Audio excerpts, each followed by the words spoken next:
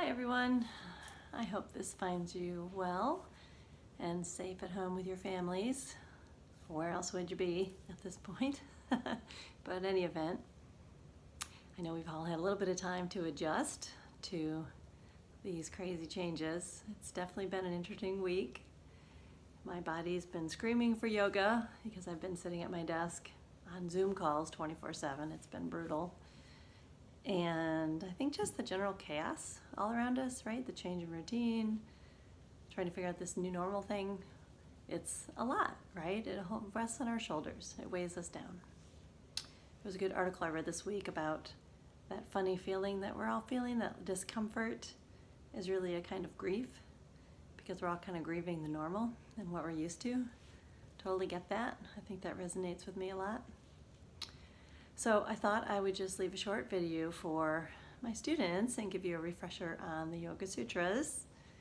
I know that I always do this with you guys and you seem to really like it, so I will give you a little Yoga Sutra stuff tonight. And for those who are new to the Sutras, I'll back up and give a little bit of introduction and talk a little bit about the philosophy of yoga. So, Yoga Sutras, and here's my famous book that everyone knows I read and write all around and tear apart. Yoga Sutras of Patanjali. Patanjali was a gentleman many years ago. This is not him. This is actually the gentleman who provides the commentary in this book, but another older gentleman from India wrote down, actually he told stories that were eventually written down to be his sutras. So sutras is really just a short, pithy phrase. There's 175 sutras in here, divided into 4 books. And as I've told my students before, if we just take the sutras themselves, the book is probably this big. It's the commentary that makes this a full book. Sutras themselves are very short, as you'll see when I start to read through them with you. There are probably a handful of famous writings that form the basis of yoga philosophy. The Yoga Sutras of Patanjali are probably maybe the most influential, I would say. Most of my yogi friends and my master teachers refer to these probably more than some of the other ones. There are a few others that I've touched on before and I will be happy to talk about if y'all want to hear about other ones as well. This is the one that I really favor, again, as my students know, because I talk about them all the time. But because the reason that I really like the Yoga Sutras is because it's not a religion. It's a set of beliefs. And to me, this is really what yoga is all about, what's in this book. The asanas, the postures that we do, which feel good and make us strong and help us stretch, those are awesome. There's only 2 sutras in here that talk about the asanas, just 2. That should tell you how much more yoga is than just the postures. There's a lot more to it. So what I will do is start in book 1 at the very beginning and just talk through a few of the sutras and try to relate that to kind of what we're all going through now. So I hope it's helpful for you. It's certainly helpful for me as I try and wrestle through this new reality that we all have in front of us. So book 1, section 1, is really my favorite, actually. And many people, including me, actually think that all you really need is this one sutra. If you live by this one, you understand yoga, what it's all about, and you get all the benefits of yoga. So 1.1 reads in Sanskrit, and forgive my pronunciation, Atta Yaga Nus see, I'm going to mess it up. Atta Yoga Nusasanam. Okay? And what that translates to mean is, now we will practice yoga. And so most people say, oh, well, yippee, great, what's next, right? Now we'll practice yoga, duh. But if you pull that apart and pull the individual threads, you'll really get a really good understanding of what yoga really means and what it's all about. Atta, now. Now we will practice yoga. What he's saying there is, from this point on, we are committing to a practice of yoga. So now is the beginning. And he's saying we are going to be focusing on the now from this point forward. What we're going through right now in this crazy time we're in reminds me a lot of why this section is really important. We don't know what's going to happen. We don't know how long this is going to last. We don't even know really how we got here in many respects, right? It happens so fast.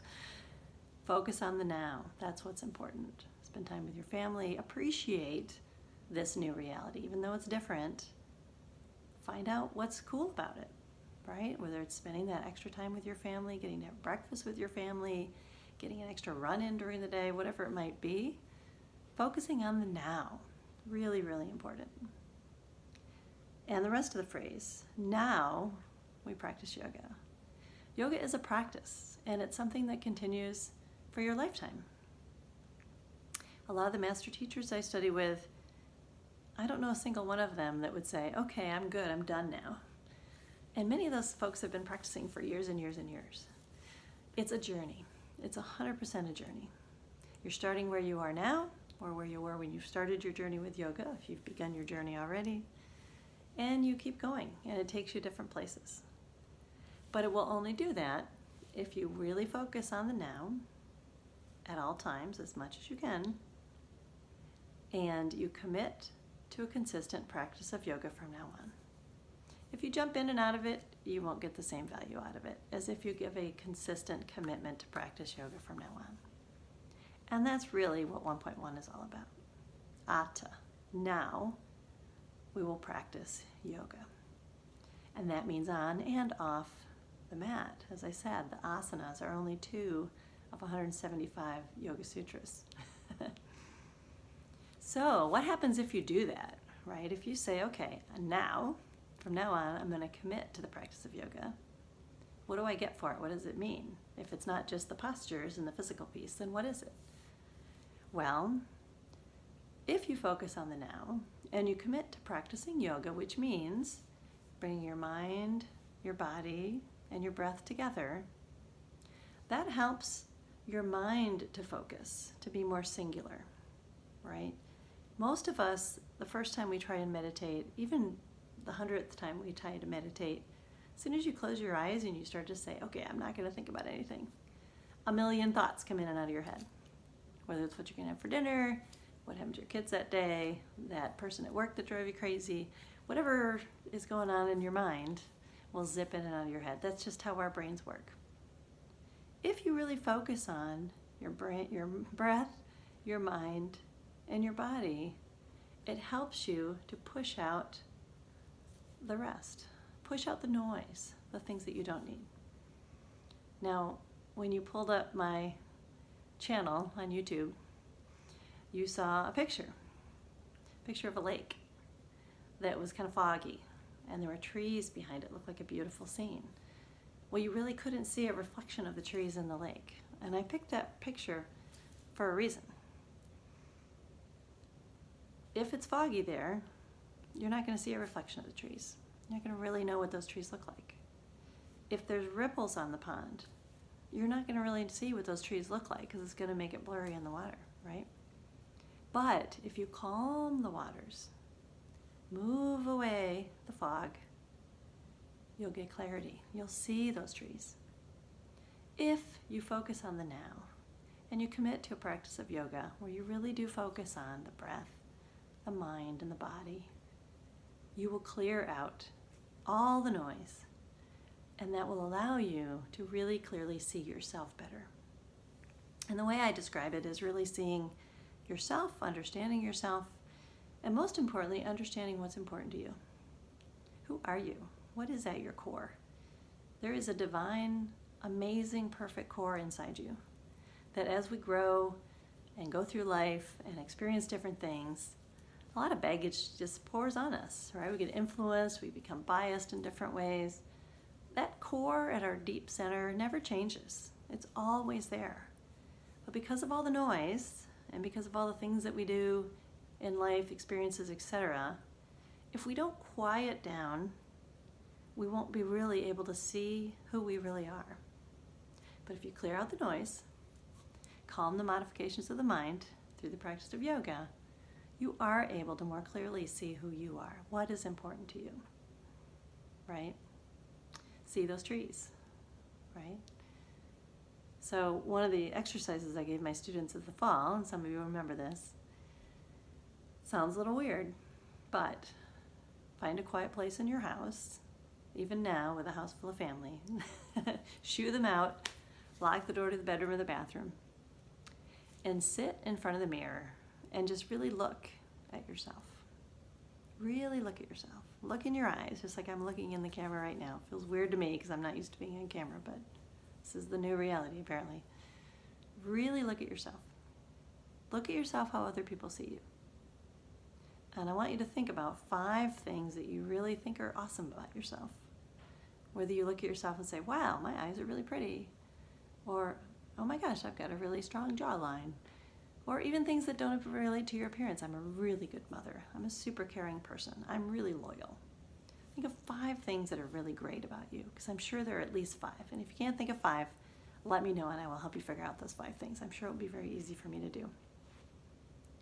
Think of those 5 things. And next time you go in front of the mirror, when we're zipping through to do our hair and shave and whatever we're doing, you'll remember those things. And think of those things first before you start moving to the critical, right? Over time, we develop habits of only looking at the critical stuff when we look at ourselves. Like, oh my gosh, that cowlick never quite gets right. Or, oh, I wish that my teeth were this or that, or whatever it is. I know there's one part of my body I always go to, the part that I hate the most. Whenever I'm in the mirror, I go right there first. And I've had to train myself to not go there first and instead think, okay, what do I love about my body? What do I like? What's positive? It's kind of the same thing as getting to that deep inner core, right? Clear out all the cobwebs. Clear out all the biases. Clear all the negative things, the patterns that have been established over time. Just sit quietly and look at yourself in the mirror. Quietly, and just look. You'll be amazed at what you see. So, the point of the Yoga Sutras in the first couple of chapters of Book 1 is thinking about the now, living in the present, appreciating the present, being part of the present, participating in the present. I think we all have a really big opportunity in this new strange reality we're in to actually do that, right? We don't have a million things going on because we can't. We don't have 50 things for our kids that we have to run them to all their activities because they're all closed, they're all done. We can't go to work every Saturday. Whatever it is, we can't. You have time now, right? Even if you're busy with certain things, you're gonna have a lot more time now than you have to focus on the present. And hopefully if you do that, you commit to doing that going forward. Combine it with some asanas, some breath work that we're gonna go through in other sections that I'm gonna tape for you guys. And really start to think about, who are you? Who is deep in there? Whoever it is awesome. Whoever it is perfect, just the way it is, just the way you are. It's all the cobwebs and the other stuff that gets in the way. Bad patterns we develop, bad thoughts we put in our head that we really don't need to have. Now's a great time to have some of that introspection and start thinking about those things. So I'll record another session about different parts of the sutras. If there's anything in particular you'd like me to talk about, send me a comment on the channel and I would be happy to do it. I am grateful for all of you. All of you are either my students, my friends, or my family, people I care very much about. I'm grateful that you are hopefully safe with your families and well. And I'm grateful that you're coming to my channel and really taking advantage of this time to do some yoga and bring some happiness, joy, maybe some peace to your life, which is really much needed at this time. So have a wonderful night and check back again. I'll be putting some other videos up. Namaste.